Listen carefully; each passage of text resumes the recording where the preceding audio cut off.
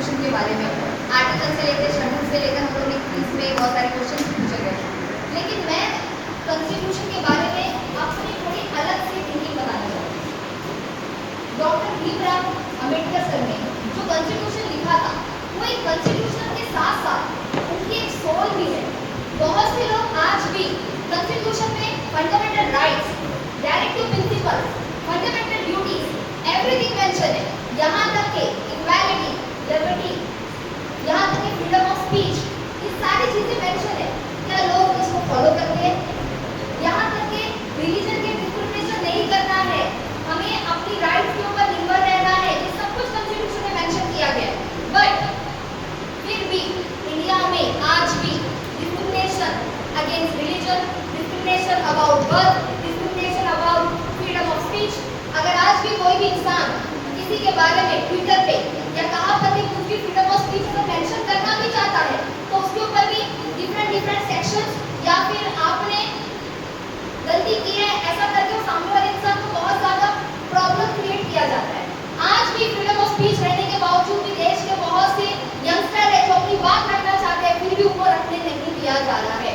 हमारा देश का constitution of India Baba Saheb Ambedkar ने लोगों के लिए बनाया था, ये सोच के बनाया था कि यहाँ पर जातिवादी का भेदभाव नहीं होना चाहिए।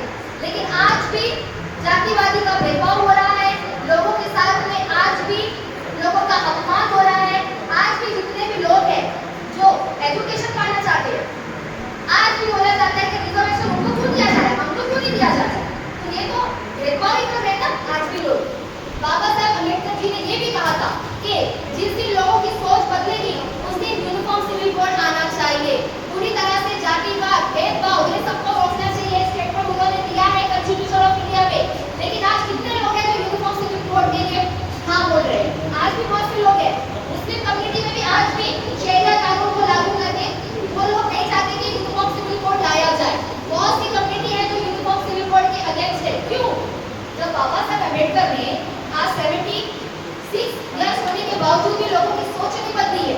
अगर हम इस देश से यूनिफॉर्म सिविल कोड अगर लागू करते हैं तो बहुत सारा इजी हो जाएगा हमारा लोग। एज अ एडवोकेट शगुफ्ता मैं ये कहना चाहती हूँ कि अगर देश में कॉन्स्टिट्यूशन ऑफ इंडिया को अगर हम सच में फॉलो कर रहे हैं तो बाबा साहब अम्बेडकर जी के विचारों पर भी निर्भर रहना चाहिए। उन्होंने इतने सारे शेड्यूल, इतने सारे एनेक्टमेंट्स, आज भी बहुत सारे एनेक्टमेंट्स हो रहे हैं, क्या हम उनके विचारों पर निर्भर है? नहीं। जब तक इस देश से जातिवाद नहीं हटेगा, जब तक सारा लॉ इक्वल नहीं होगा, तब तक कॉन्स्टिट्यूशन का दिवस मनाकर भी कुछ मतलब नहीं है। अगर हम इस देश को डेवलप करना चाहते हैं तो यहाँ से फर्स्ट ऑफ ऑल रिलीजन का डिस्क्रिमिनेशन हटा दीजिए। जैसे फॉर एग्जांपल आपको मैं देना चाहूँगी चाइना, सिंगापुर बहुत ज्यादा अंडर डेवलप कंट्री थी, बहुत गरीब लोग उस टाइम पे वहाँ पर रहते थे। जब उन लोगों ने रिलीजन का जो माइंडसेट, ऑर्थोडॉक्स सिस्टम हटाया, आज सिंगापुर और चाइना कितना डेवलप हो चुका है। आज हम लोग 50 साल पीछे है, उनके पास में रोबोटिक्स है, यहाँ तक कि हॉस्पिटल में भी रोबोट्स अवेलेबल है, मेडिसिन भी रोबोट्स दे रहे हैं। लेकिन हमारे इंडिया में कुछ नहीं हो रहा है ऐसा। क्यों? जब तक हम अपने देश से चाइना की तरह, सिंगापुर की तरह रिलीजन को हटाकर ह्यूमैनिटी को अगर हम सोचेंगे तब जाके हमारा देश का विकास होगा। भीमराव डॉक्टर अम्बेडकर साहब ने ह्यूमैनिटी के बारे में सोचा था। उन्होंने नहीं बोला कि जिंदगी भर आप जातिवाद लेकर चलो, बल्कि उस समय पर दूसरे जो लोअर कास्ट वर्कर लोगों के साथ में बहुत ज्यादा प्रॉब्लम किया गया था।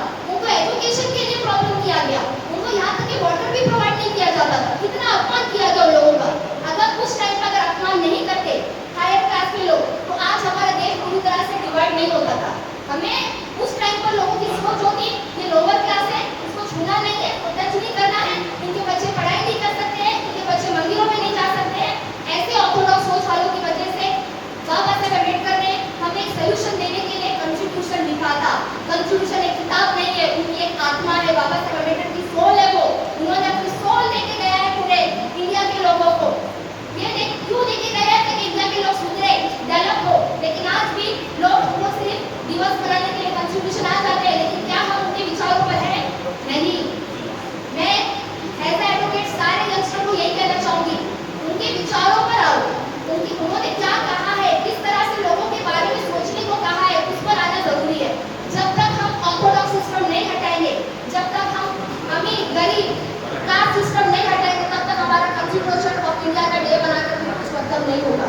भीमराव अंबेडकर साहब के विचारों पर चलो, उनके लिए जियो और ऑर्थोडॉक्स सिस्टम खत्म करो। देश से जब ऑर्थोडॉक्स सिस्टम खत्म होगा तब ही जाकर इंडिया डेवलप करेगा, वरना इंडिया में कुछ नहीं होने वाला। आज 2000 साल भी बीत जाएगा तो हम दूसरे लोग आगे चले जाएंगे और हम पीछे रहेंगे। और मैं बाबा साहब अम्बेडकर के लिए दो चार एक सॉन्ग के हिसाब से मैं डेडिकेट करना चाहती हूँ। मैंने खुद का एक सॉन्ग अभी के अभी क्रिएट किया है।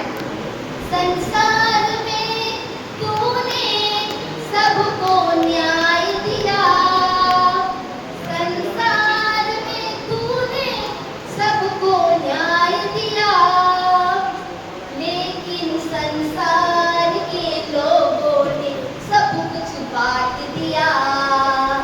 संसार में तूने सबको न्याय दिया, लेकिन संसार के लोगों ने सब कुछ बांट दिया। धर्म की दीवारों को तोड़कर एक इंसान बनो, धर्म की दीवारों को तोड़कर एक इंसान बनो, जातिवादी छोड़कर इंसानियत पर चलो, जातिवादी छोड़कर इंसानियत पर तुम चलो। संसार ने सब कुछ बांट दिया। बाबा साहेब अंबेडकर आपने सब कुछ दिया। जय भीम।